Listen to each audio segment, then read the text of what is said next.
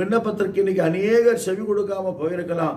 உன் கண்ணீரை நிறைய பேர் பார்த்துட்டு கர்த்தருக்கு ஸ்தோத்திரம். உன் சொந்த பந்தங்களோ உன் கூட பிறந்தவர்களோ யாராக இருந்தாலும் சரி, உன் கண்ணீரை கண்டுவிட்டு விலகி போகிறவர்களாய் காணப்படலாம். ஆனால் இயேசு அப்படிப்பட்டவர் அல்ல.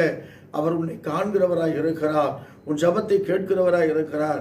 ஆக பிரியமான கர்த்தருடைய பிள்ளையே, இந்த காலை வேளையிலே ஏசாயா தீர்க்கதரிசன புஸ்தகம் 38ஆம் அதிகாரம் 5ஆம் வசனத்தில் சொல்லப்பட்டது போல, உன் விண்ணப்பத்தை கேட்டேன், உன் கண்ணீரை கண்டேன், உனக்கு நான் ஆயுசு நாட்களை கூட்டி தருவேன் என்று சொல்லி கர்த்தர் சொல்லுகிறார். ஒருவேளை வியாதியின் பாதையில் நீ கடந்து போயிருக்கலாம்.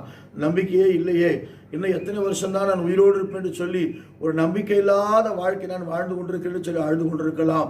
இல்லை என்றால் உன் குடும்பத்தின் சூழ்நிலையை கண்டு நீ சோர்ந்து போயிருக்கலாம். ஐயோ, எனக்கு சரியான ஒரு வேலை இல்லையே, என் குடும்பத்தில் ஒரு பெரிய சமாதானம் இல்லையே, சரியான வருமானம் இல்லையே என்று சொல்லி நீ கலங்கி போயிருக்கலாம்.